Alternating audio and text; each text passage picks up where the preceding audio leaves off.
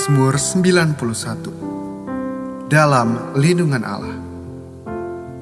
Orang yang duduk dalam lindungan yang maha tinggi dan bermalam dalam naungan yang maha kuasa akan berkata kepada Tuhan, tempat perlindunganku dan kubu pertahananku, Allahku yang kupercayai.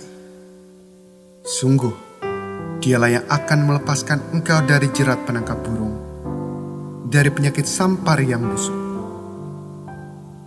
Dengan kepaknya ia akan melindungi engkau, di bawah sayapnya engkau akan berlindung. Kesetiaannya ialah perisai dan pagar tembok. Engkau tak usah takut terhadap kedahsyatan malam, terhadap panah yang terbang di waktu siang, terhadap penyakit sampar yang berjalan di dalam gelap, terhadap penyakit menular yang mengamuk di waktu petang. Walau 1.000 orang rebah di sisimu dan 10.000 di sebelah kananmu, tetapi itu tidak akan menimpamu. Engkau hanya menontonnya dengan matamu sendiri dan melihat pembalasan terhadap orang-orang fasik. Sebab Tuhan ialah tempat perlindunganmu, yang maha tinggi telah kau buat tempat perteduhanmu. Malapetaka tidak akan menimpa kamu, dan tulah tidak akan mendekat kepada kemahmu. Sebab malaikat-malaikatnya akan diperintahkannya kepadamu untuk menjaga engkau di segala jalanmu. Mereka akan menata engkau di atas tangannya, supaya kakimu jangan terantuk kepada batu. Singa dan ular teduh akan kau langkahi. Engkau akan menginjak anak singa dan ular naga. Sungguh, hatinya melekat kepadaku, maka aku akan meluputkannya. Aku akan membentenginya, sebab ia mengenal namaku. Bila ia berseru kepadaku, aku akan menjawab. Aku akan menyertai dia dalam kesesakan. Aku akan meluputkannya dan memuliakannya. Dengan panjang umur akan kukenyangkan dia, dan akan kuperlihatkan kepadanya keselamatan daripadaku. Amin.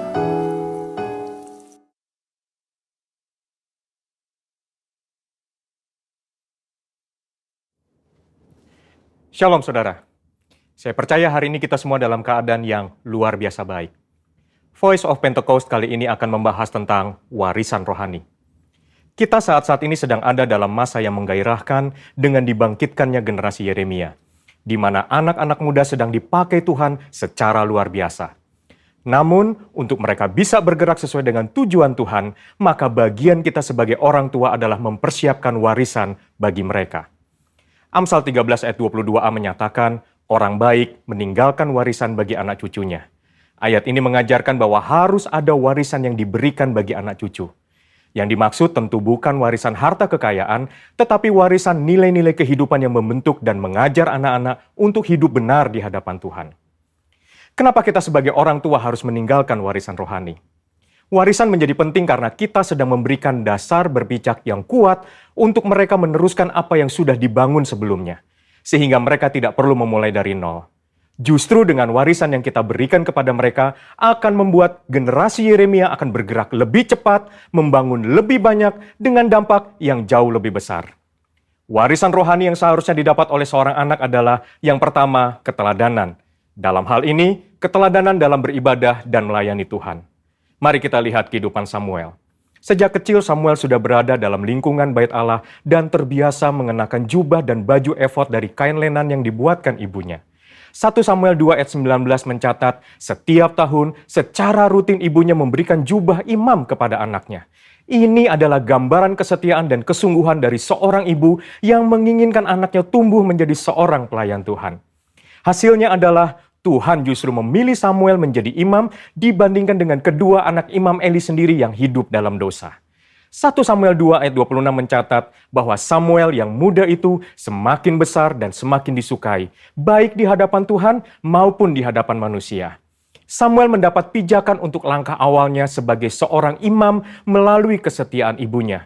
Sedangkan Hofni dan Pinehas kehilangan pijakan itu dikarenakan sikap ayahnya yang hanya mempedulikan jabatan dan fasilitas sebagai imam serta menghormati anak-anaknya lebih daripada menghormati Tuhan. Orang tua yang tekun berdoa, tekun membaca Alkitab, dan setia melayani Tuhan menjadi contoh yang akan ditiru oleh anak-anaknya. Menjadi teladan adalah inti dari menolong anak-anak untuk berkembang secara rohani. Anak-anak mengamati kita ketika kita sama sekali tidak menyadarinya, merekam dalam pikiran dan hati mereka setiap rinci dari sikap dan tindakan kita. Seringkali, teladan dalam hal beribadah jauh lebih efektif dibandingkan dengan perintah untuk beribadah. Orang tua harus hidup dalam kebenaran dan iman untuk bisa mewariskan hal-hal rohani kepada anak-anaknya. Orang tua jangan hanya menyuruh anak berdoa dan membaca Alkitab setiap hari, tapi jadilah teladan dalam berdoa dan membaca Alkitab setiap hari. Pentingnya kita sebagai orang tua untuk kita memperkenalkan Yesus Kristus sebagai Tuhan dan Juru Selamat sedini mungkin kepada anak-anak kita. Sehingga sebagaimana kita menerima keselamatan, demikian juga anak-anak kita diharapkan akan menerima Yesus Kristus sebagai Tuhan dan Juru Selamat mereka. Yang kedua, ketaatan. Ketaatan kepada Tuhan dan tidak berkompromi dengan dosa dan kecemaran, atau yang disebut hidup yang berintegritas. Sebelum anak-anak belajar menanggapi suara Allah, mereka pertama-tama harus belajar menanggapi suara orang tua mereka. Tuhan mengajar umat Israel melalui Yeremia dengan sebuah contoh dari kehidupan kaum orang Rekhab, dan kaum orang Rekhab menolak anggur pemberian Yeremia karena setia kepada perintah Yonadab bin Rekhab, bapa leluhur mereka, yang memerintahkan untuk tidak minum anggur sampai selama-lamanya. Dan Tuhan memberikan janjinya bahwa keturunan Yonadab bin Rekhab tidak akan terputus melayani Tuhan sepanjang masa. Teladan kekudusan ini haruslah bisa dicontoh oleh seorang anak dari orang tuanya. Di tengah dunia yang semakin rusak dan menuju kepada kehancurannya, umat Tuhan harus bisa memisahkan dirinya dari kedagingan dan perbuatan cemar. Perenungan firman yang teratur, pembacaan buku-buku rohani yang berkualitas, kehidupan doa, pujian, dan penyembahan yang berkesinambungan adalah syarat untuk mendapatkan kehidupan rohani yang semakin kuat dan semakin dewasa. 3. Kasih, yaitu kasih mula-mula, kasih yang mendalam kepada Kristus. Kasih adalah dasar dari kehidupan orang percaya. Tuhan Yesus memberikan perintah agung, yaitu mengasihi Allah dan sesama sebagai hukum yang terutama. Orang tua yang mengasihi Tuhan harus dapat mempraktekkan kasih itu di tengah-tengah keluarganya. Seorang ayah yang mengasihi istrinya dan seorang ibu yang menghormati suaminya menjadikan seorang anak hidup dalam kasih dan memudahkannya mengenal kasih Bapa di dalam Yesus Kristus. Kasih akan membentuk pribadi yang bertumbuh baik dan membawa mereka mengenal Allah yang adalah kasih itu sendiri. Ketika anak dipenuhi oleh kasih, maka anak akan memiliki rasa aman yang sangat dibutuhkan untuk mereka bisa mengembangkan potensinya secara penuh. Hasilnya akan memunculkan generasi unggul yang akan mentransformasi bangsa Indonesia melalui karakter, pengetahuan, dan kemampuan yang mereka miliki. Untuk anak-anak muda, ayo kita perhatikan dengan sungguh-sungguh apa yang sedang ditanamkan oleh otoritas di atas kita di dalam kehidupan kita. Ada orang tua yang memberikan arahan kepada kita. Ada gembala yang mengajarkan kehidupan doa, pujian, dan penyembahan. Ada mentor, guru rohani. Mereka semua adalah orang-orang yang Tuhan kirim dalam kehidupan kita untuk menuntun kita masuk dalam rencana Allah yang luar biasa. Biarlah generasi Yeremia yang dipenuhi Roh Kudus, cinta mati-matian kepada Tuhan Yesus, tidak kompromi terhadap dosa, dan akan bergerak untuk memenangkan jiwa, akan muncul dengan warisan rohani dari pendahulunya. Untuk penjelasan lengkapnya dari tim teologi kami, silakan klik link yang ada di atas atau scan QR Code yang tersedia. Salam integritas, Tuhan Yesus memberkati.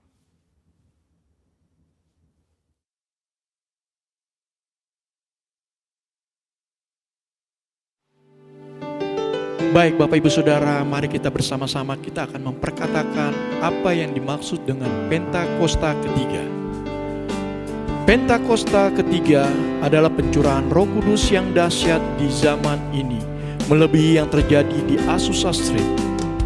Pentakosta ketiga akan mengakibatkan penuaian jiwa yang terbesar dan yang terakhir sebelum Tuhan Yesus datang kembali. Pentakosta ketiga akan membangkitkan generasi Yeremia, yaitu anak-anak muda yang dipenuhi Roh Kudus, cinta mati-matian kepada Tuhan Yesus, tidak kompromi terhadap dosa, dan akan bergerak untuk memenangkan jiwa. Pentakosta ketiga lahir di Indonesia dan bergerak ke bangsa-bangsa.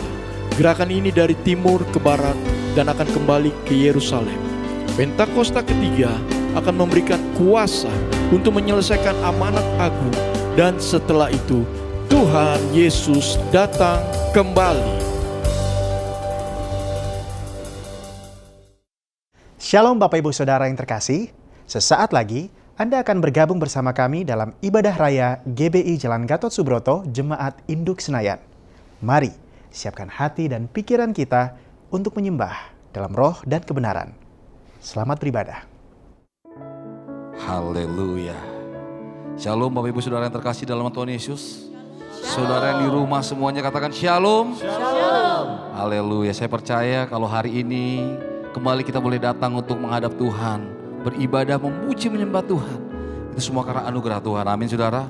Mungkin sampai saat ini kita masih beribadah secara online. Tapi saya berdoa, saya percaya bahwa itu tidak mengurangi kerinduan kita untuk boleh mencari wajah Tuhan. Dan justru itu sebaliknya. Kita akan semakin merindukan lebih dan lebih lagi untuk bersekutu bersama Dia. Mari saudara yang di rumah buka hati. Saudara mau mengangkat tangan, boleh angkat tangan. Saudara mau berbahasa roh, silakan berbahasa roh. Karena saya percaya hadirat Tuhan ada di tempat di mana kita berada. Amin saudara. Tuhan merindukan hati yang haus dan lapar akan Dia. Mari sama-sama angkat kedua tanganmu di depan Tuhan. Mulai angkat suara dan naikkan ucapan syukur. Mari naikkan syukur dan sembah Tuhan. Terima kasih buat hari ini. Terima kasih buat segala kebaikan-Mu. Oh ya Tuhan. Shandaya Ralabatakara Ralamo. Shandaya Ralabatakara Ralamo. Kami rindukan, kami haus, kami perlu Kau Tuhan. Yesus, Yesus Tuhan. Kurabatakara Lamaya Sanda. Dimanapun kami berada saat ini masing-masing Tuhan, apapun keadaan kami, apapun keadaan umat-Mu, kami percaya Engkau hadir waktu kami menyembah-Mu ya Tuhan. Hadirat-Mu nyata. Shandaya Ralabatakara Labaya Shandara Labatakara Labaya Ralabaya Ralabaya Urabatakara Labaya Ralabaya Ralabaya Ralabaya. Biar Roh Kudus melawat setiap hati, memberkati setiap keluarga demi keluarga. Oh Rabaya Shandara Batakara Labaya Ralabaya. Melawat setiap pribadi lepas pribadi. Rabaya Shandara Labatakara Labaya Ralabaya Ralabaya Ralabaya. Oh Rabatakara Labaya Ralabaya Ralabaya Ralabaya. Jamah Tuhan Syaralabatakara Labaya Ralabaya. Jamah setiap kami. Oh Rabaya Shandara Oh Ralabatakara. Kami rindukan lebih lagi Tuhan saat ini. Hadirat-Mu. Tidak ada yang lain. Hanya pribadi-Mu ya Tuhan. Terima kasih. Terima kasih Tuhan. Masuk hadirat-Mu Tuhan. Dengan korban pujian. Masuk hadirat-Mu Tuhan. Berhiaskan kekudusan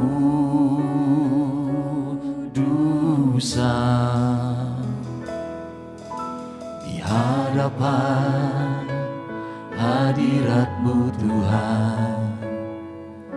Ku rasakan kedamaian di hadapan hadirat-Mu Tuhan. Ku nampak keagungan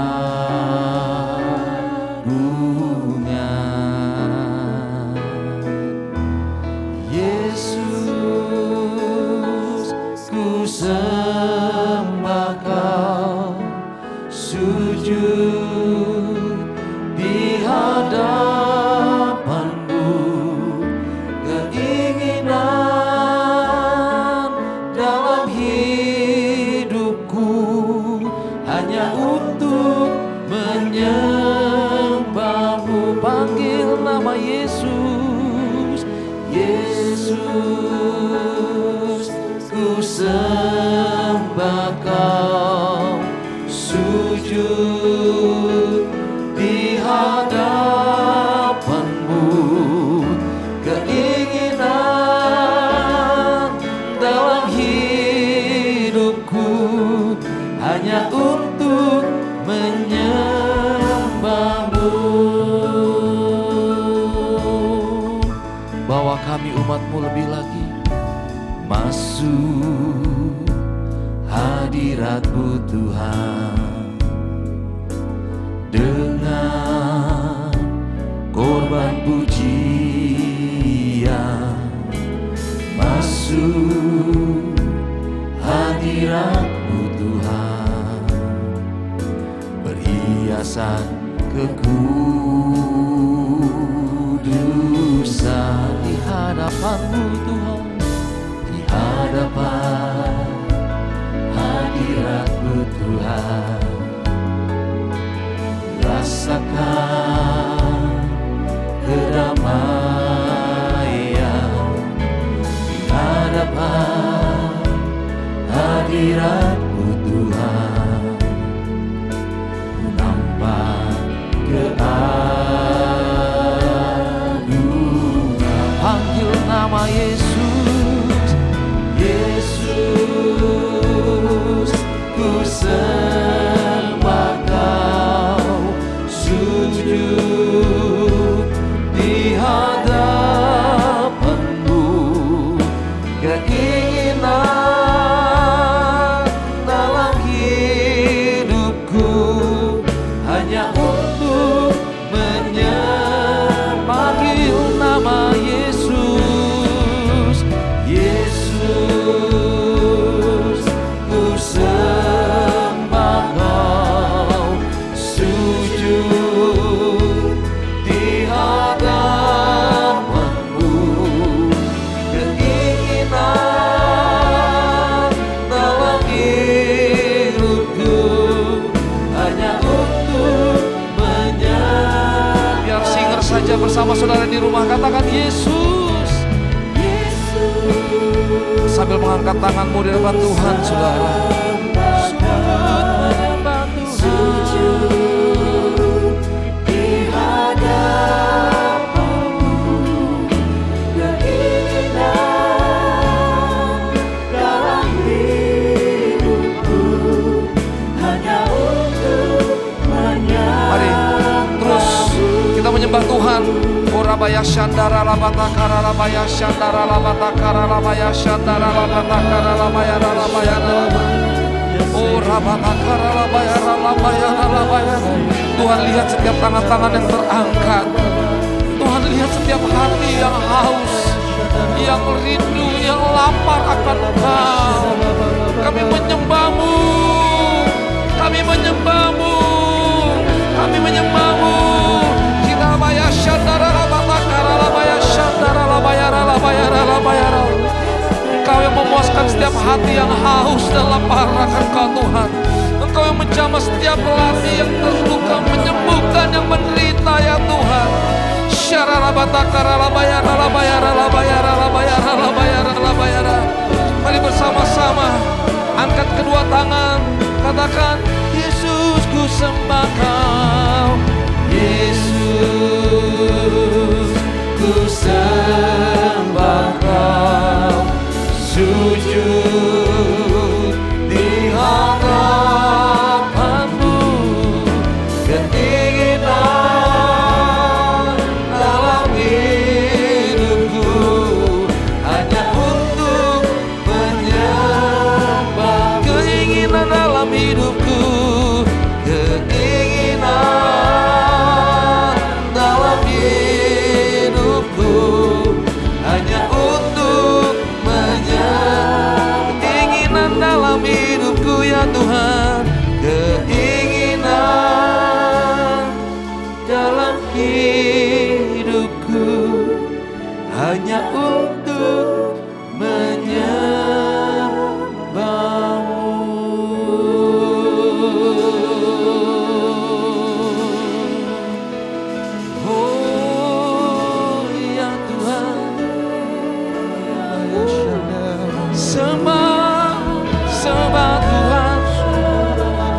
biarkan dia menjamah setiap hati.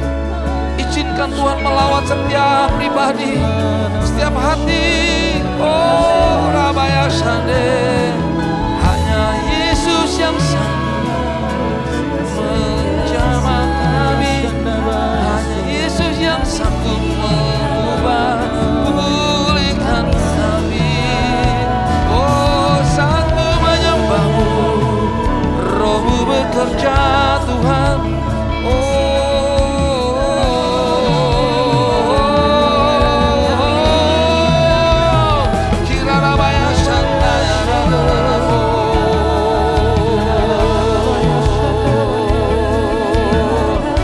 Sedang melawat hati, Tuhan sedang melawat setiap pribadi lepas pribadi. Oh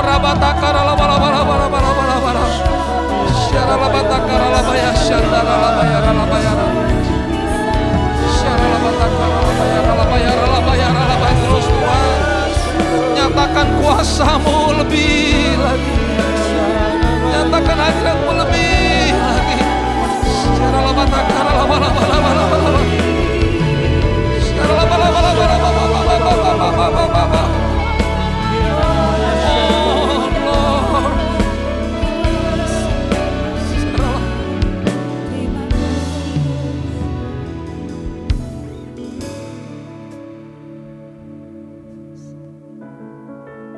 Kau ada bersama kami ya Tuhan.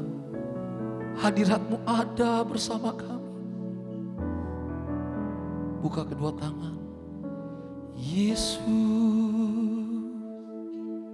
ku sembah Kau, sujud di hadapan-Mu, keinginan dalam hidupku hanya untuk menyembah-Mu, hanya untuk menyembah-Mu, hanya untuk menyembah-Mu, hanya untuk menyembah-Mu. Haleluya. Wow, Kau dahsyat Tuhan, Kau dahsyat Tuhan. Saat hadirat-Mu bersama kami ada sukacita, ada kemenangan yang Tuhan berikan bagi setiap kami. Yang bersukacita di dalam nama Tuhan Yesus, umat Tuhan yang bersama-sama yang mau bersukacita lebih lagi memuji-muji Tuhan, sama-sama katakan amin. Sama-sama katakan yes. Tepuk tangannya paling meriah buat Tuhan Yesus, katakan haleluya. Hey. Amin. Saya percaya ketika Tuhan hadir, ada kuasa yang Tuhan nyatakan bagi kita, amin. Yang sakit disembuhkan. Oh haleluya. Terima kasih Tuhan. Oh haleluya. Dengan iman, dengan mantap saudara, katakan pujian ini bersama-sama. Namanya Tuhanku, menara yang teguh, kota benteng perlindunganku, Allah yang perkasa, Dia Bapa yang kekal, guru batu keselamatanku. Engkau yang termulia di bumi di surga, termasyhur berkuasa selamanya. Engkau yang berkuasa di dalam segala hal, ada kuasa dalam nama Yesusku. Yang bersorak-sorai, yang bersuka-cita katakan haleluya.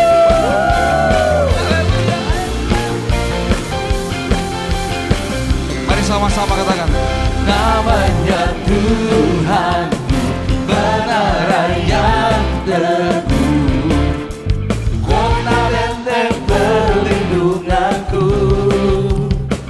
Allah yang perkasa, Dia Bapa yang kekal, gunung batu keselamatanku.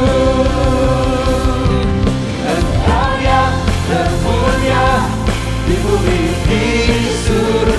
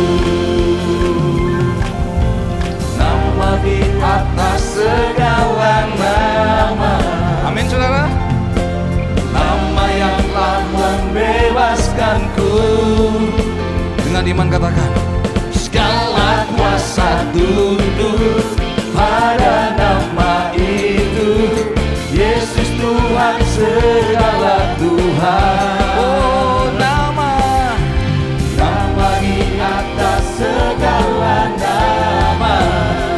Amin. Nama yang telah membebaskanku. Segala kuasa tunduk pada nama itu, Yesus Raja segala raja. Engkau yang termulia di bumi di surga, termasyhur berkuasa selamanya.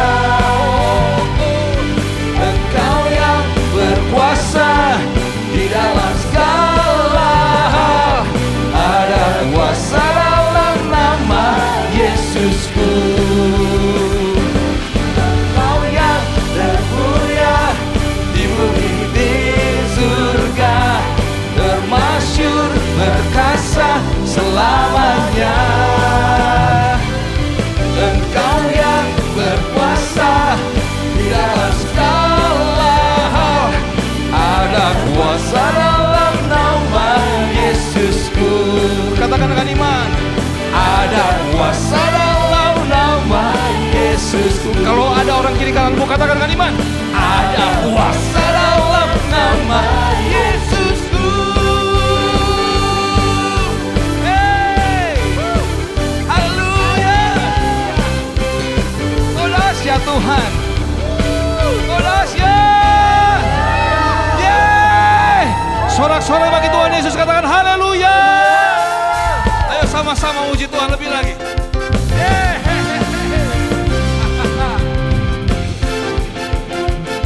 Ada sorak-sorai kemenangan di tempat ini. Sorak-sorai muliakan namanya, Dia berperang ganti kita. Boleh tepuk tangan yang tinggi, saudara. Tepuk tangan, muliakan namanya, Dia selamatkan jiwa kita. Satu-satunya penebus, kalahkan maut, dibangkit dan hidup. Tuhan yang memberi kemenangan bersama kita, di dalam kita. Masuk dalam kemuliaannya, Dia perlindungan dan pengharapan. Oh haleluya.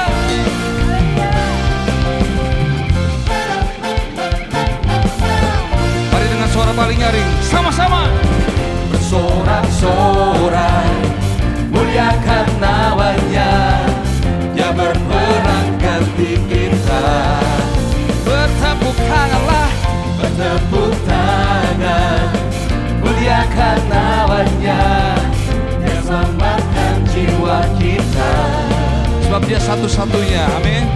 Satu-satunya penebus, Dia kalahkan maut, bangkit dan hidup. Oh, Tuhan yang memberi kemenangan bersama kita, di dalam kita.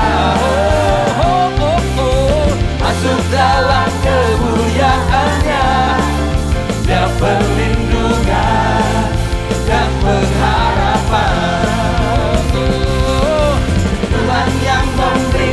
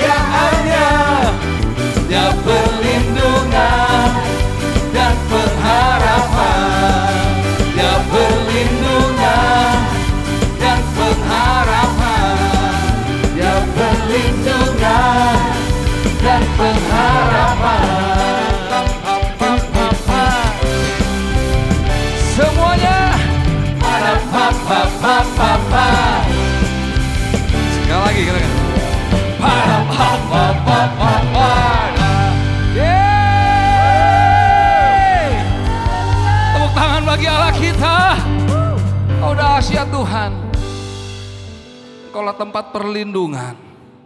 Kalau sumber keselamatan kami ya Tuhan. Terima kasih Tuhan. Wow, kami kagum. Karena kami memiliki Allah yang dahsyat. Allah yang berjalan di depan kami. Allah yang memberikan kami kemenangan. Kami percaya Tuhan hari-hari ini Kau akan melawat setiap lebih lagi umat manusia Tuhan. Kau akan mencurahkan lebih lagi roh-Mu atas setiap umat manusia. Bumi akan dipenuhi dengan kemuliaan-Mu ya Tuhan. Oh ya Tuhan. Bumi penuh kemuliaan-Nya. Bumi penuh kemuliaan-Nya. Bumi penuh kemuliaan-Nya. Sucilah Tuhan. Mari ini syafaat kita, angkat tangan. Bumi penuh kemuliaan-Nya. Bumi penuh kemuliaan-Nya. Bumi penuh kemuliaan-Nya. Sucilah. Sekarang katakan Indonesia. Indonesia penuh kemuliaan-Nya. Indonesia penuh kemuliaan. Kami rindukan Indonesia Tuhan, dipenuhi dengan kemuliaan-Mu ya Tuhan. Haleluya. Sucilah. Come on, lebih lagi. Indonesia. Indonesia penuh kemuliaan-Nya. Indonesia penuh kemuliaan-Nya. Indonesia penuh kemuliaan-Nya. Sucilah, sucilah Tuhan. Sucilah Tuhan. Sucilah Tuhan. Sucilah Tuhan. Indonesia penuh dengan kemuliaan-Mu ya Tuhan. Bersama-sama kami mengangkat tangan kami untuk negeri kami yang kami kasihi, Indonesia.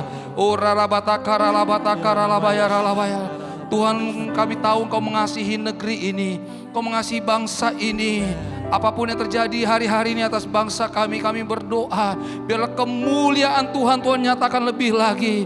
Tuhan, berkati negeri kami, bangsa kami, pulihkan negeri kami Tuhan. Kami berdoa untuk pemimpin daripada bangsa dan negara kami, dari Bapak Presiden Joko Widodo Tuhan, Wakil Presiden Tuhan, oh setiap para menteri, gubernur, dari pimpinan pusat sampai daerah, kami berdoa biar Tuhan yang memberkati, menjamah, melawat hati mereka. Biar roh takut akan Tuhan memenuhi hati dan pikiran mereka, sehingga ketika mereka bekerja, mereka melakukannya dengan roh takut dan gentar akan Engkau ya Tuhan. Terangi hati mereka ya Tuhan, terangi dengan kasih-Mu. Oh rabaya syandara labatakara laba. Terima kasih Tuhan Yesus. Terima kasih Bapa. Kami berdoa ya Tuhan Yesus. Juga untuk khususnya pemimpin daripada gereja GBI Gatot Subroto, Bapak Gembala kami, Bapak Pendeta Dr. Insinyur Niko Nyotora Harjo. Kami berdoa Tuhan Kau memberkati, Kau berikan tambahkan umur panjang, kesehatan, kekuatan, hikmat-Mu, urapan-Mu, untuk boleh menjadi pelayan Tuhan, menjadi berkat bagi bangsa-bangsa, untuk menyampaikan isi hati Tuhan atas bangsa ini, menangkan banyak jiwa bagi-Mu ya Tuhan. Untuk Tuhan Yesus Wakil Gembala, untuk JIS Tuhan, Bapak Pendeta Ferry Noviar, untuk setiap hamba-hamba Tuhan yang melayani, untuk para diaken, diakonis, para pengerja pelayan Tuhan, apapun Tuhan yang mengambil bagian, kami berdoa Tuhan jamah, Tuhan lawat, Tuhan berkati. Biar Tuhan hari-hari ini setiap kami hamba-hamba-Mu Dimanapun kami berada, apapun yang kami lakukan, biarlah seturut dengan kehendak Tuhan. Kami boleh menjadi penuai akhir zaman ya Tuhan. Berkati Tuhan. Bahkan kami teruntuk berdoa terkhusus untuk jemaat-Mu ya Tuhan, yang Tuhan percayakan untuk GBI JIS. Tuhan, kami mengangkat kedua tangan kami. Oh Rabaya Shandara Laba. Apapun pergumulan, apapun keadaan kami saat ini, apapun keadaan jemaat-Mu, kami percaya Tuhan, Kau tidak pernah meninggalkan umat-Mu. Pertolongan-Mu selalu tepat pada waktunya. Jika umat-Mu saat ini ada yang mengalami pergumulan, persoalan, Tuhan, nyatakan kuasa-Mu lebih lagi ya Tuhan. Nyatakan kuasa-Mu lebih lagi atas setiap umat-Mu. Kami percaya mujizat itu masih ada. Yang sakit akan disembuhkan. Oh, yang terikat akan dilepaskan. Bahkan yang miskin akan Tuhan berkati di dalam nama Tuhan Yesus. Pemulihan terjadi atas keluarga demi keluarga. Terima kasih untuk semuanya Tuhan. Terima kasih Bapa. Ini doa kami. Kami mengucap syukur karena kami tahu bahwa Engkau adalah Allah yang mendengar doa kami. Dan Engkau adalah Allah yang menjawab doa kami. Ucap syukur dalam nama Tuhan Yesus. Sama-sama katakan amin. Tepuk tangan buat Tuhan Yesus saudara. Haleluya. Terima kasih Tuhan. Kami tahu Tuhan bahwa hari ini Engkau sedang melakukan sesuatu perkara yang besar. Jauh lebih dari apa yang pernah kami bayangkan dan pikirkan Tuhan. Kau mengetahui keadaan kami. Tidak ada yang tersembunyi bagimu ya Tuhan. Terima kasih Tuhan Yesus. Terima kasih Bapa. Sungguh Engkau tahu, tak ada yang tersembunyi. Lebih dari kata, Kau tampung air mataku. Hanya padamu ku berserah. Kau Tuhan penolong di hidupku. Kekuatanku hanyalah di dalam-Mu.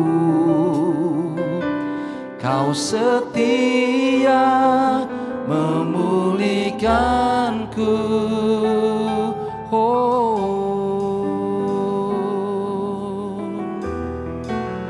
Ini doa kami ya Tuhan. Engkau yang memulihkan keadaan umat-Mu.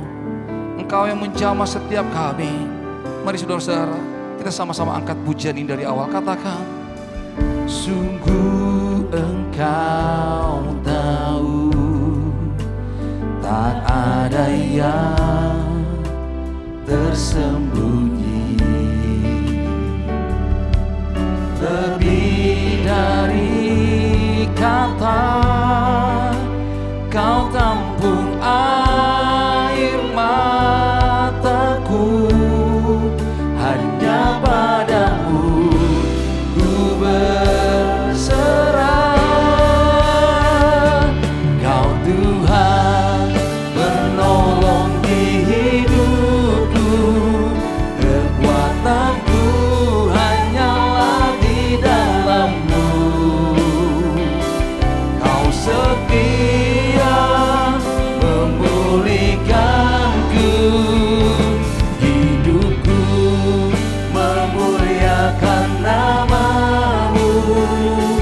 Rahmat-Mu menaungi hidupku.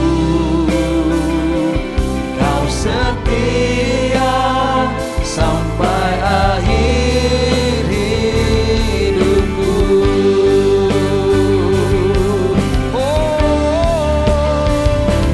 Kau Tuhan penolong di hidupku.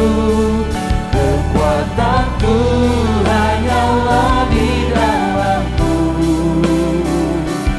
Kau setia memulihkanku. Hidupku memuliakan nama-Mu. Rahmat-Mu menaungi hidupku. Kau setia sampai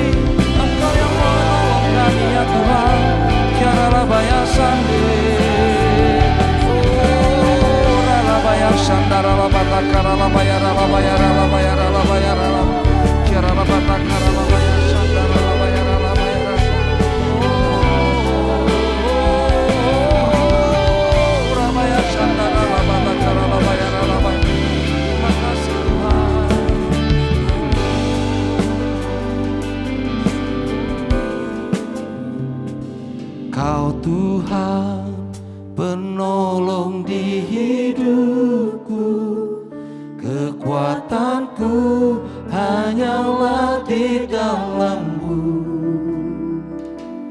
Kau setia memulihkanku, hidupku memuliakan nama-Mu.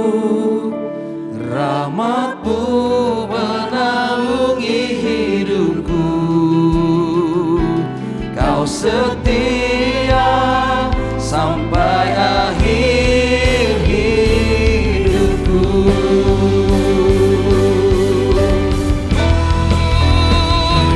Kau Tuhan penolong di hidupku, kekuatanku hanyalah di dalam-Mu.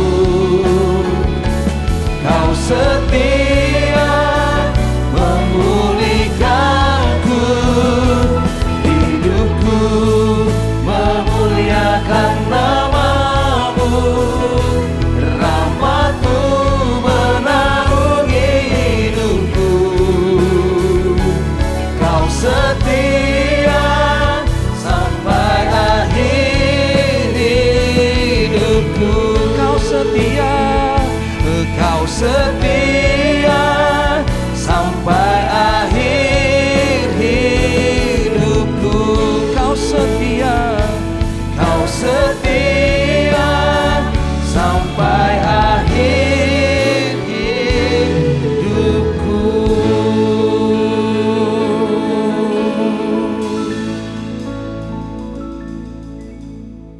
Shalom Bapak Ibu Saudara sekalian, sebelum kita mendengarkan firman Tuhan, mari kita bersatu di dalam doa.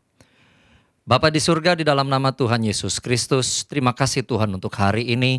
Kami ada sebagaimana kami ada, semua karena kasih karunia Tuhan. Sekarang Tuhan berbicaralah kepada kami melalui hamba-Mu. Urapi kami semua ya Tuhan, supaya kami bisa mengerti apa yang hendak Engkau sampaikan dan ajarkan kepada kami pada hari ini. Terima kasih Bapa di surga, kami mengucap syukur hanya di dalam nama Yesus Kristus. Haleluya, amin, amin. Shalom Bapak Ibu Saudara sekalian, saya percaya Anda semua dalam keadaan baik, penuh sukacita dan Roh Kudus melimpah-limpah dalam kehidupan Bapak Ibu Saudara sekalian. Nah, kita hidup di atas muka bumi ini, setiap orang pasti memiliki misi ketika menjalani hidupnya.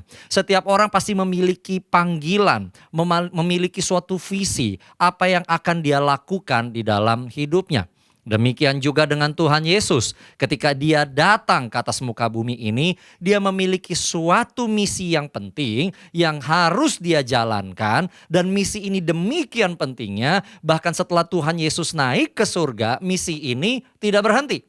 Misi ini dilanjutkan oleh para murid-muridnya. Artinya dilanjutkan oleh orang-orang yang percaya kepada Tuhan Yesus. Saya percaya Bapak Ibu Saudara sekalian, dimanapun engkau berada hari ini mengikuti ibadah, engkau pun adalah orang-orang yang percaya kepada Tuhan Yesus. Artinya engkau pun adalah murid-murid Tuhan Yesus, dan artinya juga engkau harus juga melanjutkan misi daripada Tuhan Yesus. Nah, apa sih misi Tuhan Yesus ketika dia ada di atas muka bumi ini? Ketika kita buka Alkitab dari Injil Lukas pasalnya yang ke-19 ayat yang ke-10, kita mengerti apa misi daripada Tuhan Yesus. Lukas 19 ayat 10 berkata, sebab anak manusia datang untuk mencari dan menyelamatkan yang hilang. Tuhan Yesus memiliki banyak misi, banyak tugas yang harus dia lakukan ketika di atas muka bumi ini. Tetapi kalau kita mau mencari misi utamanya, bahwa Yesus datang untuk mencari dan menyelamatkan yang hilang. Bapak Ibu Saudara sekalian, ini juga yang harus kita lakukan sekarang. Sebagai orang-orang yang percaya kepada Tuhan Yesus. Ini adalah bagian daripada amanat agung Tuhan Yesus. Bahkan Pentakosta yang ketiga yang sedang terjadi hari-hari ini, itu adalah untuk menggenapi dan memenuhi amanat agung.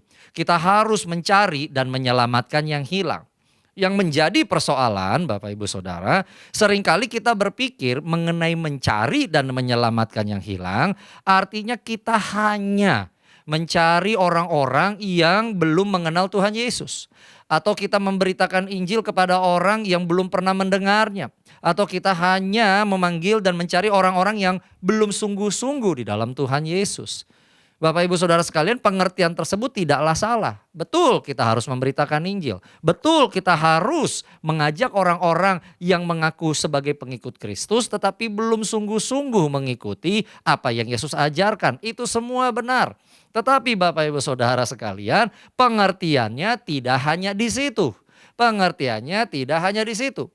Seringkali saya temukan ada yang jemaat berkata, "Pak, semua anggota keluarga saya sungguh-sungguh dalam Yesus." Puji Tuhan. Semua teman-teman saya pun sudah sungguh-sungguh dalam Tuhan. Wow, puji Tuhan. Oleh karena itu Pak Pendeta, berarti tugas saya sudah selesai dong. Saya nggak perlu lagi mencari jiwa-jiwa yang terhilang. Nah ini Bapak Ibu Saudara. Ini yang seringkali membuat kita gak sadar bahwa bukan hanya itu saja yang harus kita cari.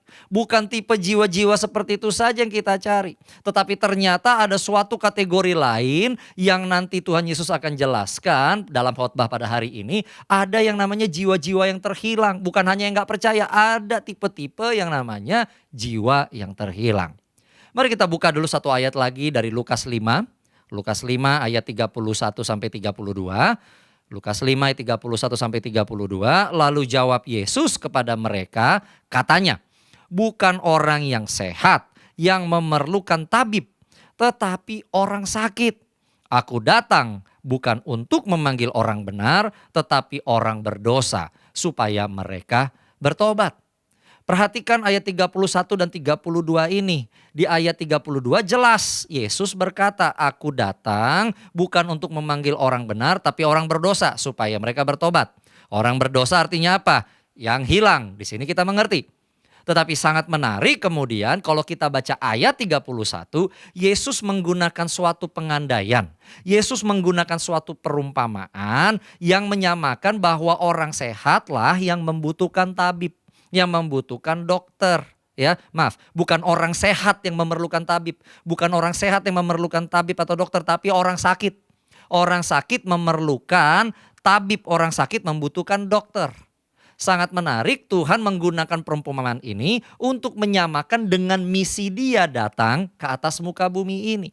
Dari dua ayat ini kita mengerti bahwa mengenai mencari dan menyelamatkan yang hilang bukan hanya sekedar yang percaya dan tidak percaya, tetapi juga mencari mereka, kutip tanda kutip, yang sakit.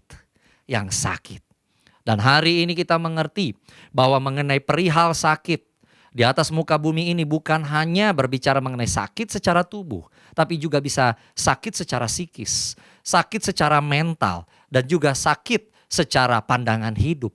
Hari-hari ini kita harus mulai Bapak Ibu Saudara menjadi peka dan membuka diri kita, membuka mata kita untuk melihat mereka yang sakit.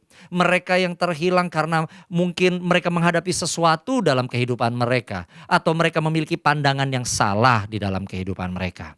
Saya berdoa pada hari ini ketika engkau mendengarkan pengajaran ini. Saya kasih tema judulnya mencari dan menyelamatkan yang hilang. Engkau semua dipenuhi oleh Roh Kudus. Engkau menjadi mengerti bahwa tugas kita, tugas Bapak Ibu Saudara belum berhenti di atas muka bumi ini.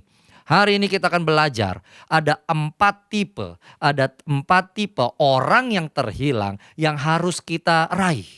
Ada 4 tipe dari orang yang terhilang yang harus kita lakukan bagian supaya mereka jangan menjadi benar-benar terhilang. Mungkin mereka dalam proses menghilang sekarang. Nah, kita harus lakukan bagian mereka supaya mereka jangan menjadi benar-benar terhilang dan tidak bisa dijangkau lagi. Tapi hari ini saya percaya bahwa Roh Kudus akan mengajar dan menuntun kita sehingga kita menjadi peka akan sekeliling kita. Kita akan melihat di dalam satu pasal secara keseluruhan, yaitu di dalam Lukas 15, keseluruhannya dari ayat 1 sampai yang terakhir ayat 32. Bahwa ada 4 tipe orang yang terhilang yang kita harus mengulurkan tangan kita harus mengulurkan hidup kita supaya mereka jangan menjadi benar-benar terhilang. Nah Bapak Ibu, tentu saya tidak bisa membaca seluruhnya dari ayat 1 sampai 32, tapi kita akan melihat dalam 3 kisah perumpamaan dan saya mendorong Bapak Ibu Saudara untuk Anda membaca kembali satu pasal ini sehingga Roh Kudus berbicara lebih dalam dan lebih spesifik kepada Bapak Ibu Saudara sekalian. Melalui 3 kisah perumpamaan Tuhan Yesus, kita akan melihat 4 tipe orang yang terhilang. Mari kita siapkan Alkitab kita buka Lukas 15. Bagian yang pertama, Lukas 15 ayat 1 sampai 7. Lukas 15 ayat 1 sampai 7. Kisahnya di situ ditulis adalah perumpamaan mengenai domba yang hilang. Perumpamaan tentang domba yang hilang. Nah, apa yang terjadi di dalam kisah ini? Tuhan Yesus mengajarkan ada suatu perumpamaan. Ada seorang gembala domba memiliki 100 ekor domba, hewan domba. Dan ketika satu itu ternyata menghilang, maka apa yang dilakukan oleh sang gembala domba? Dia amankan dahulu yang 99, lalu dia cari dombanya yang hilang itu, ketemu, digendong di atas bahunya, lalu dia bersuka cita dan memberitahu kepada teman-temannya dan mereka semua bersukaria. Mereka semua berpesta, mengucap syukur karena menemukan domba yang hilang. Nah, Bapak Ibu Saudara, tentu kita sering mendengar mengenai kata domba. Dan domba tentu juga sering dikaitkan dengan jiwa-jiwa. Tetapi ada apa dengan kisah ini sampai Tuhan Yesus menggunakan seekor binatang untuk menjelaskan tipe manusia? Nah, kita harus mengerti ini terlebih dahulu. Seekor domba atau binatang domba, ini adalah binatang yang sudah tidak bisa hidup dengan sendirinya. Pada zaman Tuhan Yesus terlebih lagi sekarang, domba ini adalah binatang yang sudah full didomestikasi, dirawat oleh manusia. Sudah tidak ada lagi yang namanya domba liar di alam bebas, nggak ada. Kalau kambing ya masih ada, tapi domba liar tidak ada. Kalau dikatakan domba liar artinya apa? Domba yang kabur dari gembalanya. Ini adalah binatang yang sudah sepenuhnya sangat tergantung kepada manusia. Yang kedua, domba ini adalah binatang yang harus hidup di dalam kawanannya bersama dengan domba-domba yang lain. Kalau domba ini menjauh dari manusia yang memelihara dia, which is itu adalah gembalanya, atau domba ini menjauhkan diri dari kawanan domba yang lain, maka dia ada dalam posisi bahaya. Kenapa? Dia bisa terhilang, dia bisa jatuh ke jurang, dan dia bisa diterkam oleh binatang-binatang predator yang ganas yang hendak memakan dia. Nah, jadi Bapak Ibu Saudara sekalian, di dalam kisah ini, perumpamaan ini jelas ada satu domba yang menghilang itu, dia menjauh dari kawanan, dia menjauhkan diri dari pemeliharanya, yaitu gembala domba itu. Ya, nah jadi siapa domba yang hilang ini? Yang Tuhan Yesus hendak gambarkan di dalam kisah ini. Bapak Ibu Saudara sekalian, domba yang hilang dalam kisah ini adalah menggambarkan, melambangkan orang-orang, yaitu mereka yang menjauhkan diri dari pergaulan. Orang-orang yang menjauhkan diri dari kawanan. Orang-orang yang menjauhkan diri dari keluarga. Menjauhkan diri dari persekutuan gereja. Menjauhkan diri dari kul. Menjauhkan diri dari pertemanan. Gak tahu kenapa, pokoknya menjauhkan diri aja. Ya, saya gak tahu Bapak Ibu Saudara, adakah dalam hidupmu engkau memiliki atau kenal orang-orang semacam ini? Wah, dulu mah baik, dulu enak teleponan, mungkin ngobrol melalui handphone, ketemuan sebelum pandemi. Tapi entah bagaimana, kok sekarang kayaknya pelan-pelan dia makin menjauhkan diri. Kalau dikontak ya, ngejawabnya lama. Di telepon jarang diangkat. Diajak untuk ibadah bareng, ikut kul online, ada aja alasannya. Itulah, inilah, gak jelas alasannya apa, pokoknya kelihatannya drifted apart. Kelihatannya menjauh. Bapak Ibu Saudara, kalau engkau tahu orang-orang semacam ini, jangan biarkan mereka menjauh lebih lanjut. Bapak Ibu Saudara, jangan. Jangan kita berkata, ya gimana Pak Pendeta, ya itu haknya dialah. Dia yang pengen menjauhkan diri, ya saya gak perlu mendekat. No. Jangan seperti itu. Kita tidak boleh mengambil tindakan seperti itu. Kenapa? Bahaya bagi dia. Dan kalau kita mengasihi orang ini, tentu kita tidak mau melihat hidupnya menjadi bahaya. Jadi apa yang bisa kita lakukan? Apa yang bisa kita lakukan untuk orang semacam ini? Ikuti apa yang gembala domba ini lakukan dalam kisah ini. Si gembala domba ini mencari domba itu. Memang di dalam kisah ini tidak disebut apakah dombanya tiba-tiba senang gitu ngelihat gembala dombanya. Gembala saya, aduh saya tersesat. Nggak ada dicerita begitu. Barangkali dia malah mungkin menjauh, waduh manusia saya datang, saya kabur.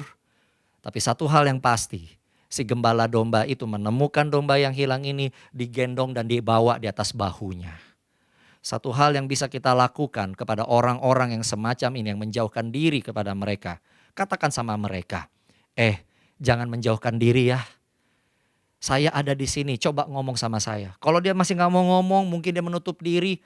Satu hal yang bisa kita lakukan lagi kepada dia apa?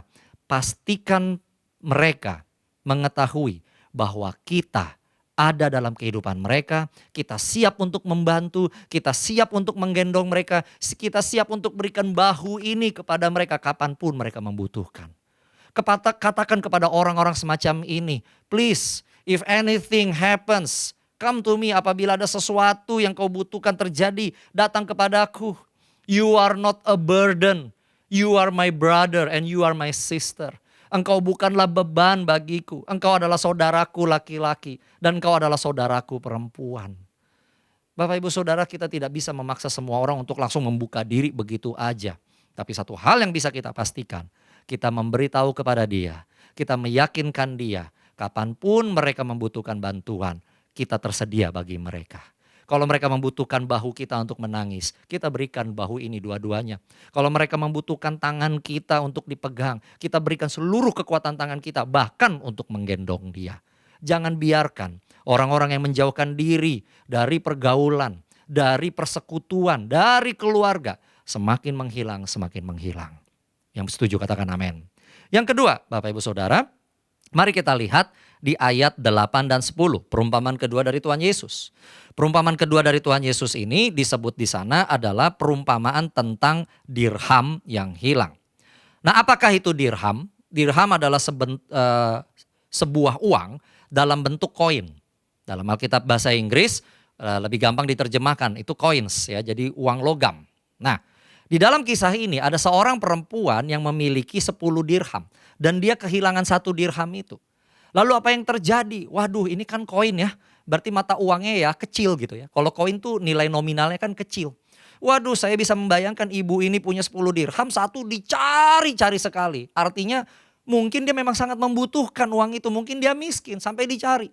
Dan tindakan mencari dirham yang hilang ini, si ibu ini mencarinya di tempat gelap, membawa pelita, ketemu koin itu. Dan ketika koin itu ketemu, apa yang terjadi? Dia bersuka cita, panggil teman-teman, dia senang banget koinnya itu sudah ditemukan. Sebenarnya di sini agak sedikit unik ya. Kalau seandainya katakanlah si ibu itu merasa sangat kehilangan harta yang dirham itu, lalu pas ketemu bikin pesta, bukankah pesta juga membutuhkan biaya? Iya kan? Bukankah dia membutuhkan biaya? Tapi dia nggak peduli. Dia tetap buat pesta itu karena dia senang dia senang dapat uang dirham yang hilang itu lagi. Nah, siapa sih dirham yang hilang di dalam kisah ini? Pribadi atau orang macam apa yang hendak diangkat melalui perumpamaan ini? Bapak Ibu Saudara, dirham yang hilang ini menggambarkan, melambangkan, yaitu mereka, yaitu orang-orang yang merasa sanggup untuk hidup sendiri. Sekali lagi, dirham yang hilang adalah orang-orang yang merasa sanggup untuk hidup sendiri. Mereka merasakan saya tidak membutuhkan yang lain. Mereka merasakan kalau sama orang lain rasanya libet. Kenapa mereka sanggup seperti itu? Kenapa mereka yakin mereka bisa menjalani hidup ini sendiri? Karena mereka dirham, Bapak Ibu Saudara sekalian. Mereka mungkin punya kekuatan. Mereka punya kekuatan finansial. Mereka punya kekuatan pengalaman. Mereka punya kekuatan pengetahuan.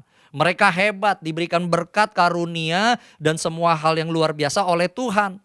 Ya kan? Nah, karena dia kuat seperti itu, dia dirham, dia bilang ya gua gak butuh yang lain lah. Ya gua gak butuh yang lain, bisa kok gua sendiri. Ya yang butuh tuh mereka bukan saya. Exactly Bapak Ibu Saudara sekalian. Saya berdoa, Anda yang mendengarkan khotbah ini, Anda justru bukan dirham yang hilang. Kalau Tuhan memberkatimu luar biasa, dengarkan baik-baik, ada maksud dan tujuan dari hal itu. Untuk orang-orang yang merasa sanggup melakukan sendiri, gak mau kerjasama dengan yang lain-lain, apa yang bisa kita lakukan untuk mereka? Lakukan yang perempuan ini lakukan. Dia membawa pelita, dia membawa terang kepada dirham itu. Orang-orang yang merasa karena kehebatannya, pengetahuan, pengalamannya dia bisa sendiri, hati-hati, itu artinya orang sombong. Dan orang sombong tidak pernah hidup di dalam terang. Orang yang sombong yang merasa sanggup buat diri sendiri itu sebenarnya hidupnya di dalam gelap. Bagaimana dia bisa jadi terang bagi orang lain kalau dia merasa segala sesuatu yang dia miliki adalah untuk dirinya sendiri. Artinya apa? Dia nggak jadi terang, dia jadi gelap. Dan bahkan hidup di dalam gelap. Tetapi untuk orang-orang seperti ini kita bisa bantu. Bawa terang itu kepada mereka. Katakan sama mereka, kamu diberkati dengan kepintaran, kekuatan, kekayaan, dan pengalaman. Itu bukan hanya untuk dirimu sendiri. Tuhan berikan itu semua supaya engkau juga bisa jadi berkat bagi orang lain. Yang mungkin membutuhkan nasihatmu, membutuhkan bantuanmu, membutuhkan apa yang Tuhan berikan kepadamu. Bapak Ibu Saudara, saya percaya manusia normal tidak ada yang ingin menyusahkan orang lain. Dan terlebih anak-anak Tuhan, kita semua pasti rindu. Hidup kita ini menjadi berkat bagi orang lain. Tuhan memberkati kita berlimpah-limpah. Itu bukan hanya untuk diri kita, tetapi supaya kita juga menjadi saluran berkat bagi orang lain. Saat kita merasa bahwa apa yang Tuhan berikan kepada kita hanya untuk diri kita sendiri, kita ada di dalam gelap.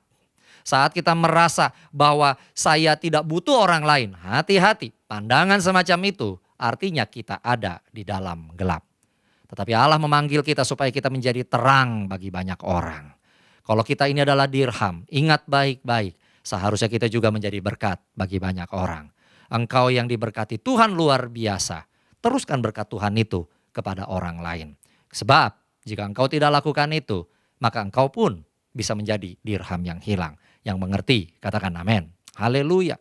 Yang ketiga dan yang keempat sekarang, kita akan melihat dua jenis lagi ya dari jiwa yang terhilang. Yang pertama tadi domba yang hilang, yang menjauhkan diri. Yang kedua dirham yang hilang, yang merasa sanggup sendiri. Tetapi tipe yang ketiga dan yang keempat itu ada di dalam satu kisah. Yaitu perumpamaan di dalam ayat 11 dan 32 dari Lukas 15, perumpamaan tentang anak yang hilang. Nah ya, kalau kita baca di dalam Alkitab kita, judulnya perumpamaan tentang anak yang hilang. Bapak Ibu Saudara, saya berharap Anda tidak berasumsi bahwa anak yang hilang itu hanyalah anak yang bungsu. No, judulnya nggak pernah ditulis perumpamaan tentang anak bungsu yang hilang. Enggak, sebenarnya kita lihat ada dua anak di situ, bungsu dan sulung. Dan dua-duanya sebenarnya itu hilang, Bapak Ibu Saudara. Nah kita akan melihat nanti. Siapa sih anak bungsu ini, dia merepresentasikan tipe orang seperti apa. Dan siapa sih anak sulung ini, dia merepresentasikan orang seperti apa. Di dalam kisah perumpamaan anak yang hilang ini, Yesus mengisahkan cerita demikian. Suatu kali ada seorang anak bungsu, mereka bersaudara berdua. Nah yang bungsu datang kepada ayahnya, lalu meminta warisan dari ayahnya. Di dalam adat istiadat Yahudi, meminta bagian warisan dari sang ayah bukanlah suatu kekurang ajaran, bukan. Ya, jadi di dalam Taurat memungkinkan bagi seorang anak meminta bagian warisannya. Nah, tergantung kepada ayahnya mau kasih atau tidak. Ya, narasi ini sudah ada di dalam Perjanjian Lama. Suku-suku ya datang kepada Yosua, contohnya meminta bagian warisan. Ya, itu no problem bagi orang Yahudi. Tetapi yang menjadi masalah di sini adalah ketika si bungsu ini menerima warisan dari ayahnya, apa yang dia lakukan? Dia melakukan 3 dosa yang wow, besar banget. Dan seharusnya tidak dilakukan oleh siapapun juga. Yang pertama, si bungsu ini menjual harta warisan ayahnya. Lalu yang kedua, dia pergi ke negeri yang jauh. Dan ketiga, dia berfoya-foya di negeri yang jauh ini. Kenapa 3 hal ini menjadi dosa yang besar? Karena yang pertama, dia menjual seluruh harta warisan ayahnya. Ini bukan berarti dia hanya menjual tanah, dia hanya menjual surat, dia menjual mobil. Yang ada mobil zaman itu, tapi pokoknya harta secara fisik dijual, bukan itu maksudnya. Harta warisan di sini juga artinya apa? Pengajaran yang sehat, nasihat yang baik, gaya hidup yang baik. Yang selama ini sang anak bungsu ini telah terima dari ayahnya, tetapi dia pandang semua itu remeh. Mungkin dia pandang, itu kan gaya hidupnya papa. Oh, saya anak muda, lain dong caranya. Waduh, itu mah lama banget. Sekarang sudah harus begini. Lihat, dia tinggalkan pengajaran yang baik, disiplin yang baik. Dia anggap semuanya itu remeh. Lalu dia pergi ke negeri yang jauh. Apakah ini artinya orang-orang Kristen tidak boleh pergi ke negeri yang jauh, merantau begitu? Boleh saja. Tapi pengertian di sini, sang anak menjauh dari hadirat Bapa. Ini artinya apa? Dia tidak ada lagi dalam hadirat Tuhan. Dia menganggap remeh yang namanya hadirat itu. Eksistensi keluarganya dia pandang remeh. Dan yang ketiga, dia berfoya-foya. Artinya apa? Dia merasa begini, oh ini hidup saya, terserah saya mau bikin apa. Terserah saya mau bikin apa. Pokoknya saya. Dan akibatnya apa Bapak Ibu Saudara? Fatal. Bapak Ibu Saudara, siapakah orang-orang yang direpresentasikan dengan anak bungsu yang hilang ini? Ini adalah representasi, gambaran, lambang dari orang-orang yang dengan sengaja memberontak, meninggalkan hal-hal yang baik dalam kehidupan mereka dan mereka pengen melakukan dengan cara mereka sendiri. Sekali lagi, anak bungsu yang hilang ini menggambarkan mereka yang dengan sengaja memberontak dan meninggalkan hal-hal yang baik yang sudah mereka terima dalam kehidupan mereka. Bapak Ibu Saudara, saya nggak tahu apakah di dalam kehidupanmu engkau tahu orang-orang semacam ini. Mungkin itu temanmu, mungkin itu keluargamu, mungkin itu sahabatmu, rekan kerjamu. Tapi saya berdoa kalau seandainya pun itu adalah engkau sendiri, cepat-cepat bertobat. Cepat-cepat bertobat dan kembali lagi kepada apa yang benar. Orang-orang yang semacam anak bungsu yang hilang ini boleh saya katakan ini agak susah untuk dijangkau. Kenapa? Kita nasehatin yang benar, dia tutup telinga. Semakin kita ajak, dia menjauhkan diri. Kayaknya dia membangun tembok, membangun suatu tameng sehingga kayaknya susah sekali ya untuk kita ngomong sama dia. Semua tindakan dia remehkan. Pokoknya terserah saya. Mungkin pakai bahasa-bahasa yang rada-rada eksotik, hak asasi manusia saya dong. Ya kan terserah saya, kenapa saya diajar-ajarin seperti ini. Padahal semua nasihat pengajaran yang kita ungkapkan adalah hal yang baik. Ketika kita bilang ayo dong ikuti lagi apa yang diajarkan oleh papa mamamu. Atau bapak dan ibu rohanimu. Apa yang sudah diajarkan di kul, lakukan. Wah dia menolak, makin jauh. Kalau kayak begitu Bapak Ibu Saudara, lalu bagaimana cara kita untuk menyelamatkan dia? Sementara semakin kita dekat, semakin dia keras hati, semakin dia keras kepala dan menjauh. Lakukan apa yang sang ayah lakukan di kisah ini. Kalau engkau baca di dalam kisah ini, sang ayah tidak pernah berhenti untuk menantikan anak yang bungsunya ini pulang. Dia selalu menantikan supaya anak bungsunya ini pulang. Artinya apa? Sang ayah tidak putus dalam pengharapan. Sang ayah berdoa, kita boleh berkata sang ayah pasti berdoa sama Tuhan. Tuhan please anakku pulangkan lagi. Dia lagi bandel nih sekarang. Tuhan please lakukan segala sesuatu supaya anakku pulang. Dan hari ini itulah yang bisa kita lakukan untuk orang-orang semacam ini. Jangan pernah putus asa dengan mereka. Jangan pernah putus pengharapan. Tetap doakan mereka. Tapi ini lebih susah untuk dilakukan daripada dikatakan. Kenapa? Karena kalau kita bilang sama Tuhan, Tuhan lakukan segala macam cara supaya dia pulang. Tuhan itu bisa melakukan pembalikan dengan cara yang ekstrim menurut kita. Ya, Tuhan bisa lakukan dengan cara yang ekstrim. Si anak muda ini akhirnya habis hartanya, gak punya pekerjaan, cari kerjaan. Kerjaannya apa? Kasih makanan kepada babi.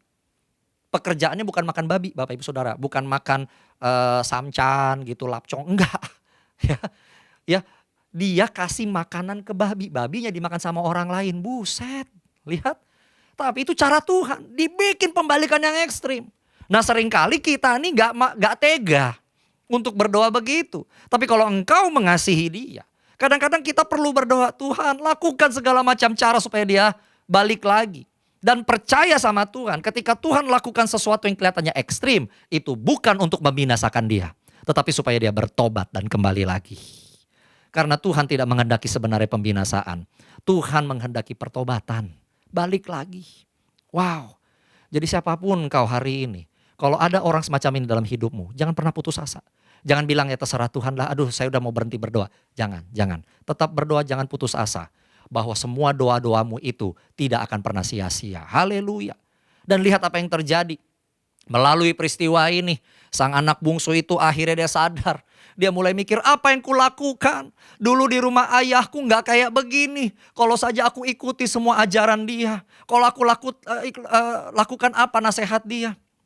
Kalau saja aku embrace, aku hargai harta warisan itu. Ada dalam hadirat Bapakku, aku gak akan begini. Aku akan pulang. Tapi kayaknya aku sudah gak layak lagi jadi anaknya. Jadi mau melamar aja sama papa. Aku udah gak layak disebut anak. Kalau boleh jadi pembantu aja gak apa-apa deh. Itu yang mau dilakukan oleh sang anak. Dan sang anak ini akhirnya pulang. Dan ketika ayah ini melihat anak bungsunya pulang, apa yang dilakukan? Segera berlari sang ayah itu. Dipeluk, dipastikan gak kabur lagi. Anaknya aja baru mau ngomong, aduh gue jadi pembantu papi aja. Tapi sang ayah ini melakukan 3 hal kepada sang anak bungsunya ini. Dikasih alas kaki, dikasih sepatu, dipakaikan jubah, dikasih pakaian, dan dikenakan cincin. Apa itu artinya? Sang ayah memasangkan sepatu, memasangkan alas kaki untuk menjamin dia tidak lagi terantuk kepada batu. Dia nggak jatuh lagi dalam dosa yang sama. Dipakaikan jubah. Ketelanjangan dalam Alkitab itu lambang dosa. Sekarang dipakaikan jubah, ditutup dosa itu. Diampuni dosanya. Dan statusnya dia dipulihkan. Dipasang cincin di tangannya. Pada zaman Tuhan Yesus, cincin itu adalah lambang identitas seorang prajurit atau bukan, seorang prajurit atau perwira. Tapi cincin adalah identitas. Hari ini contohnya kalau Anda melihat ada orang pakai cincin kawin, Anda tahu, oh dia sudah menikah atau belum menikah. Ini lambang identitas. Wow, ketika orang bertobat kembali, maka apa yang terjadi? Kasih karunia Tuhan melingkupi dia dan Tuhan memperbaharui identitasnya. Yang mengerti katakan amin. Sang ayah langsung buat pesta. Oh senang anaknya sudah kembali lagi. Ya, ternyata doa dan pengharapannya tidak sia-sia. Tapi kemudian ada kejadian. Sang sulung pulang, anak yang sulung pulang dia tanya, ini ada apa ya kejadian ini? Kok kayaknya pestanya meriah sekali, ada apa? Lalu mungkin dia bilang, Mas, ya ini bahasa saya, Mas, ini adiknya Mas pulang. Jadi ayahnya Mas bikin ini pesta, sukacita. Wah si abang, si kakak ini dia gak terima. Apa? Saya banting tulang setia sama papa. Saya gak pernah dibikin pesta kayak gini. Kalau saya ulang tahun aja cuma digedor pintu bilang happy birthday ya. Happy birthday to you. Wah gak pernah sampai kayak begini. Wah gak terima. Alkitab berkata si anak sulung gak mau masuk ke dalam rumah. Artinya apa? Dia di luar rumah. Artinya apa? Si anak sulung sekarang pun jadinya hilang. Lihat itu. Siapa sih si anak sulung ini? Siapa pribadi ini yang digambarkan dalam kisah ini? Yaitu orang-orang, yaitu mereka yang tidak terima bahwa Tuhan mau mengampuni dan menerima kembali mereka yang terhilang. Anak sulung ini adalah gambaran orang-orang yang tidak terima kalau keluarga mau mengampuni anggota keluarga yang pernah hilang. Mereka tidak mau terima kalau teman-teman mau mengampuni orang-orang yang mungkin pernah menyakiti. Mereka tidak mau terima bahwa Tuhan itu memberikan pengampunan dan menerima kembali mereka yang mungkin kurang ajar, yang pernah membuat sakit hati dan yang lain-lain. Dan I'm sorry to say, saya harus maaf berkata, justru model tipe anak yang sulung yang hilang ini banyak di antara orang Kristen. Lihat, orang Kristen. Dan ketika si anak yang sulung hilang ini ngambek, Bapak Ibu Saudara, perhatikan anak sulung. Artinya apa? Dia yang sulung loh. Dia yang terima pertama kali kasih karunia. Kita nih, ya kan? Dan ketika si anak sulung ini ngambek, dia gak mau masuk, sang ayah keluar. Perhatikan percakapan antara sang ayah dengan anak sulung ini. Si anak sulung bilangnya gini, ini gak fair Pak, ini gak fair Pi. Saya setia, saya banting tulang demi papi. Tapi anaknya papi yang baru pulang itu memfoya-foya, habiskan segala macam. Papi bikin pesta. Si anak yang sulung atau orang-orang yang gak terima pengampunan bisa ditebak dari omongannya. Gak adil, gak fair. Mereka lupa bahwa Tuhan yang kita sembah bukan hanya Allah yang adil, tapi juga Allah yang kasih. Lihat itu. Di dalam kisah ini Tuhan sangat spesifik, Tuhan Yesus sangat spesifik. Gak dibilang tuh Si ayahnya itu kemudian membagi hartanya si kakak untuk kasih ke si bungsu. Enggak. Si ayah hanya memberikan sepatu, memberikan jubah, dan memberikan cincin. Sudah. Enggak, dia bilang kayak gini, ya kak, abang, adikmu pulang ya, sekarang dia udah gak punya duit. Jadi hartamu itu yang bagianmu, papa potong lagi setengah kasih ke dia. Enggak secepat itu. Jelas si ayahnya di sini menghargai apa yang dilakukan si anak sulung. Dia tahu anak sulungnya setia. Makanya dia bilang semua hartaku itu milikmu. Saya tahu kamu setia, kamu sungguh-sungguh, kamu akan mendapatkan bagianmu. Tenanglah. Gak usah ngomong gak fair, gak adil. Tenanglah, bukan itu. Adikmu tuh hilang dan sekarang pulang. Tidak bisakah engkau bersuka cita karena hal ini? Bapak ibu saudara, di dalam pelayanan saya sebagai hamba Tuhan kadang-kadang saya suka sedih.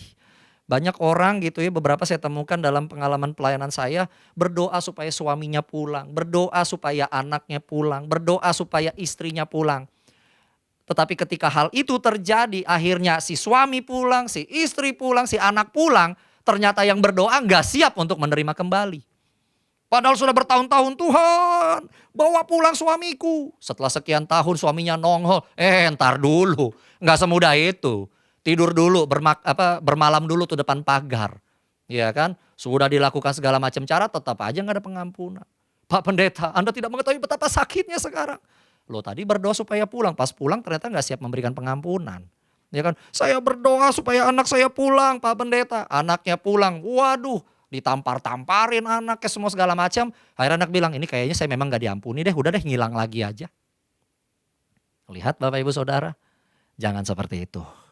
Saya berdoa ya bahwa Anda bukan menjadi anak sulung yang hilang itu.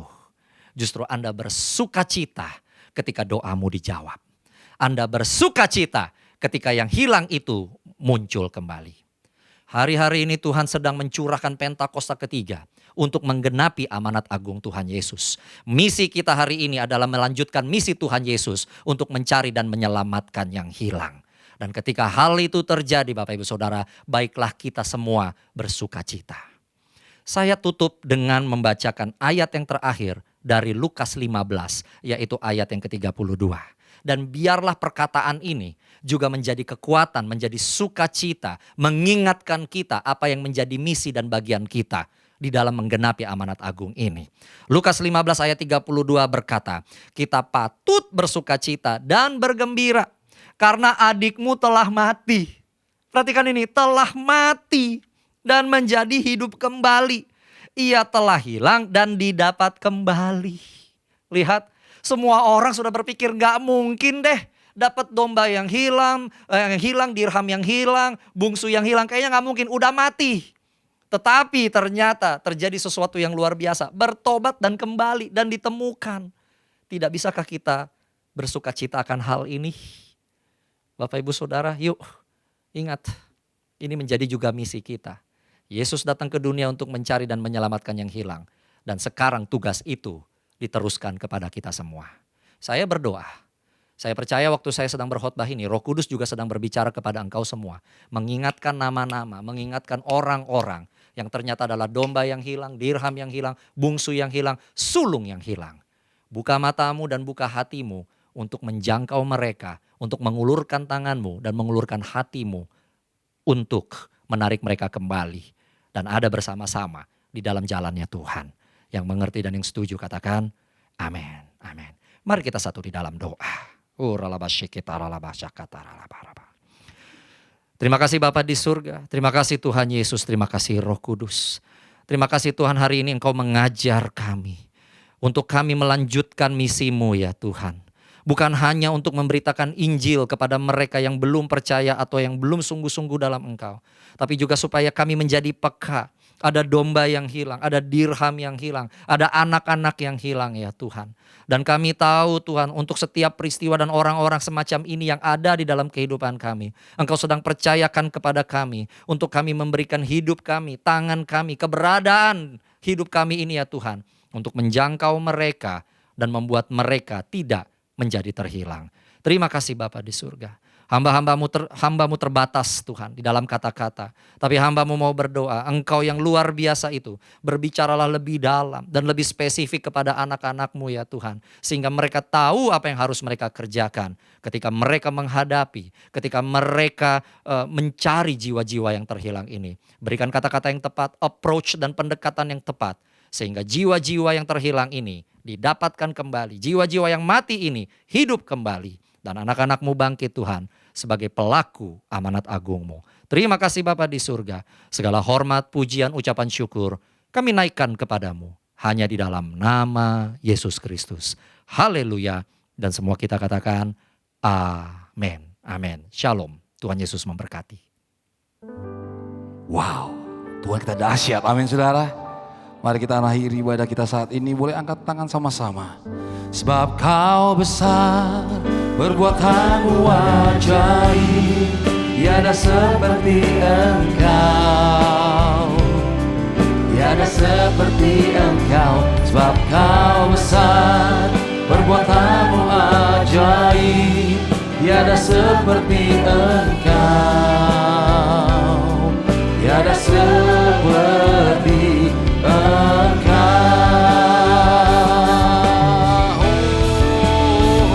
Sebab Kau besar, perbuatanmu ajaib, tiada seperti Engkau, tiada seperti Engkau. Sebab Kau besar, perbuatanmu ajaib, tiada seperti Engkau, tiada seperti Engkau, tiada seperti Engkau, tiada seperti. Katakan Yesus,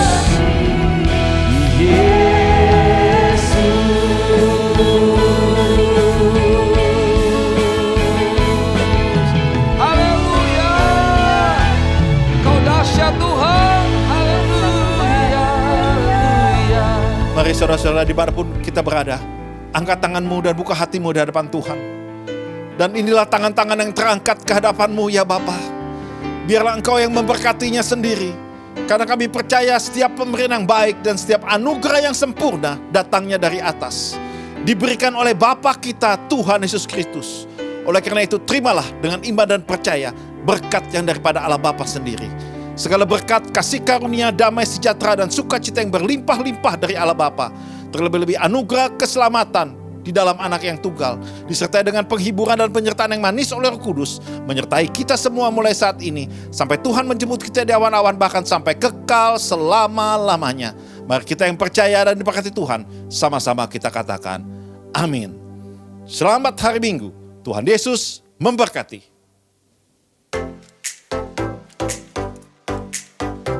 Ibadah minggu depan masih dapat diikuti secara online melalui YouTube channel JIS Ministry dan Facebook GBI Jemaat Induk Senayan.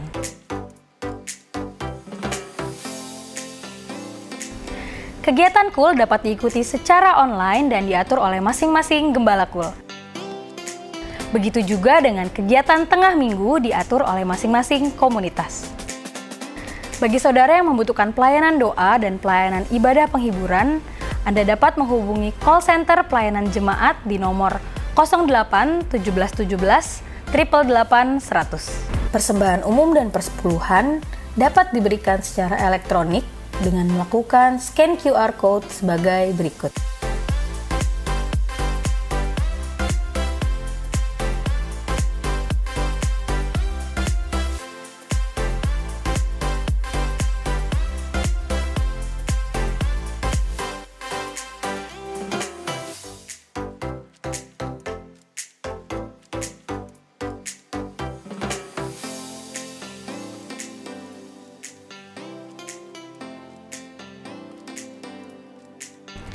Persembahan umum dan persepuluhan juga dapat diberikan melalui transfer ke rekening Bank BCA, Bank Panin, dan Bank Permata dengan nomor rekening sebagai berikut.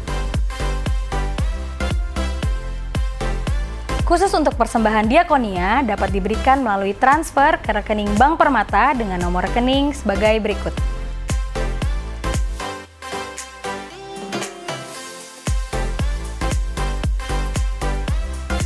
Bukti transfer dapat diberikan melalui WhatsApp ke nomor 08 17 17 888 100 untuk mempermudah administrasi.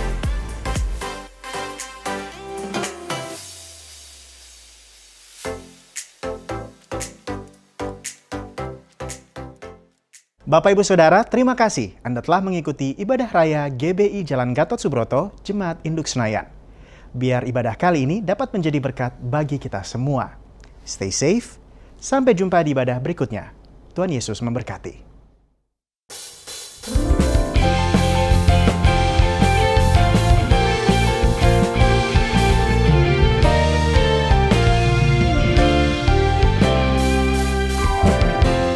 Tuhanlah kekuatan dan mazmurku, Ya gunung batu dan keselamatanku. Hanya padamu hatiku percaya, Kaulah menara dan kota perlindungan. Ku mau selalu bersyukur sebab cintamu padaku takkan pernah berubah. Hatiku percaya walau bumi bergoncang, gunung-gunung beranjak, namun kasih setiamu tak pergi dariku. Kau dahsyat Tuhan, kau bersyukur, haleluya. Dengan iman sama-sama katakan, Tuhanlah, Tuhanlah kekuatan dan mazmurku, Ya gunung batu dan keselamatanku. Hanya padamu hatiku percaya, Kaulah menara dan kota perlindungan.